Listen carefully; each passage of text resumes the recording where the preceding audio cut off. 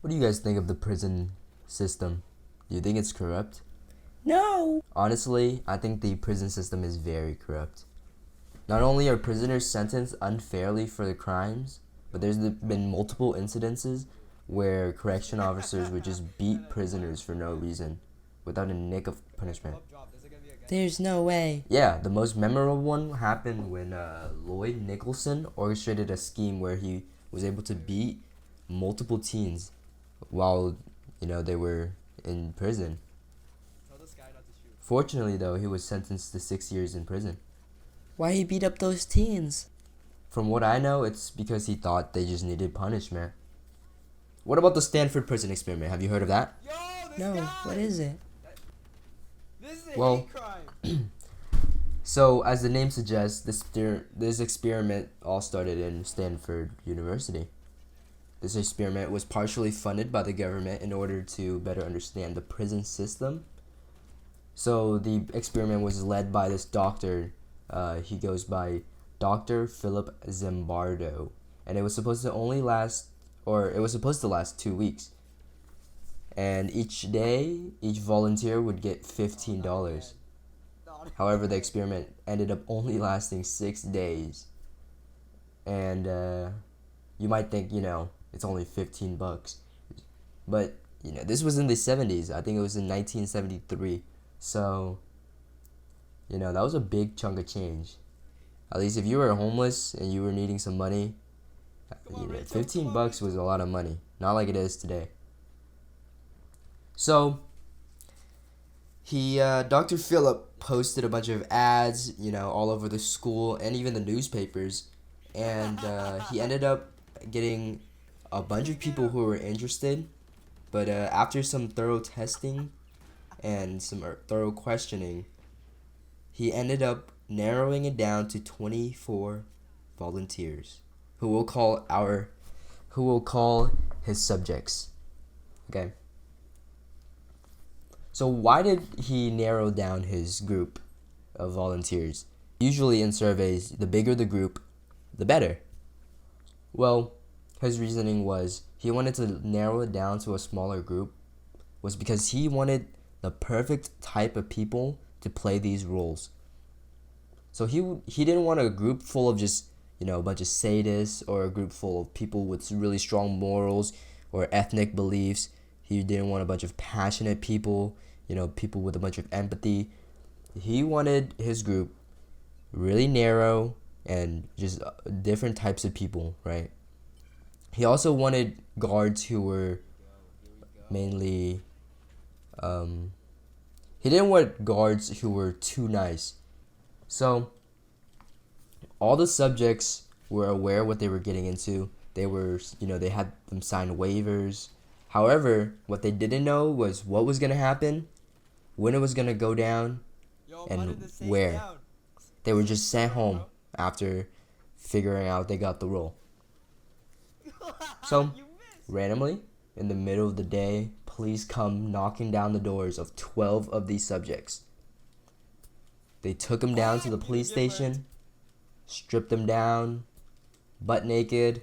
Their, arms were in the air. They were like in the ego pose. And they were checked for weapons. They were fingerprinted. Anything you would do at a normal police station, that's what happened.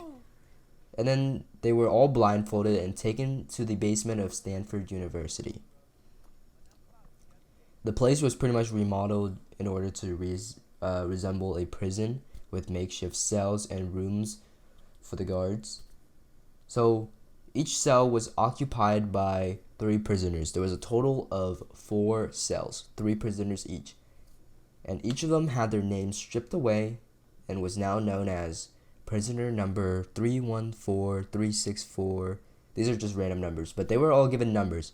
So no one knew the names of each other. And now the thing about this experiment that was actually different from real prison is that the guards were given all the same uniform and most importantly, reflective sunglasses. Now why was this? It's because they wanted to keep all the guards looking the same and keeping their identities a mystery. So with their identities a mystery, the guards don't have to worry about, consequences. And that's what they wanted. So, now that their identities were kept a secret, the experiment aimed to see if guards would get power hungry. Now, the interesting part is that the guards were convinced that the experiment was aimed at the prisoners, and vice versa. And the prisoners were convinced that it was the other way around. This is important because of something called a demand characteristic. This is where the subject changes their behavior in order to fit the experiment's purpose, and they did not want that. So pretty much, in other words, they changed how they act in order to better serve their purpose, right? So the guards were told they needed to act like guards in a real prison, so they needed to be meaner, more oppressive, all of that. So day 1, 2:30 in the morning, the guards called all the prisoners out for roll call. The prisoners at this point were done. They were tired. It's the first day. They were woken up at 2:30 in the morning. They were probably thinking to themselves, it's not worth the $15, huh? The reason for the roll call was literally just to make the prisoners' lives suck. They were given, annoying little tasks like cleaning the restrooms or the toilets. And if they didn't comply, they had to do push-ups. That was their punishment, for the first day at least. The second night is where it gets interesting. So the guards show up to work the next day, and what do you know? The prisoners already was tired of the experiment.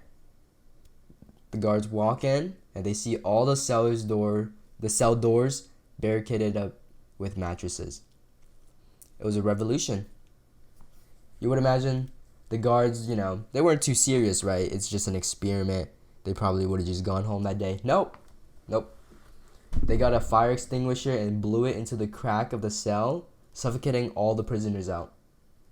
After they climbed up the cells, suffocated in the fire extinguisher gas. Ignore what I just said. It's CO2. They were stripped naked as punishment for disobeying. The guards wanted to embarrass them all, and it worked. Only 36 hours into the experiment, one of the prisoners loses his mind. He's crying, he's shouting, he's moving uncontrollably. At this point, the guards don't know what to do with him. So they tell Dr. Philip, since he was the leader of the experiment.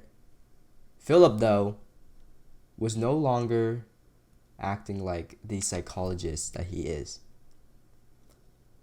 He tells the guards that the prisoner is just trying to get out.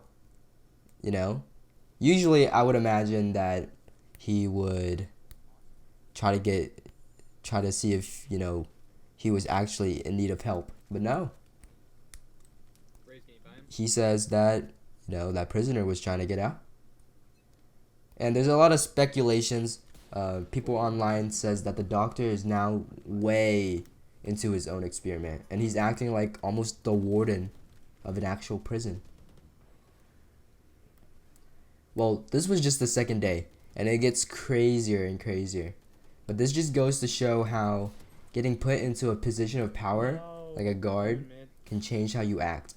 And not only the guards in the experiment became very power hungry, even the leader of the experiment, Dr. Philip himself. Hey, if you watched this far, you might as well watch the insane clip.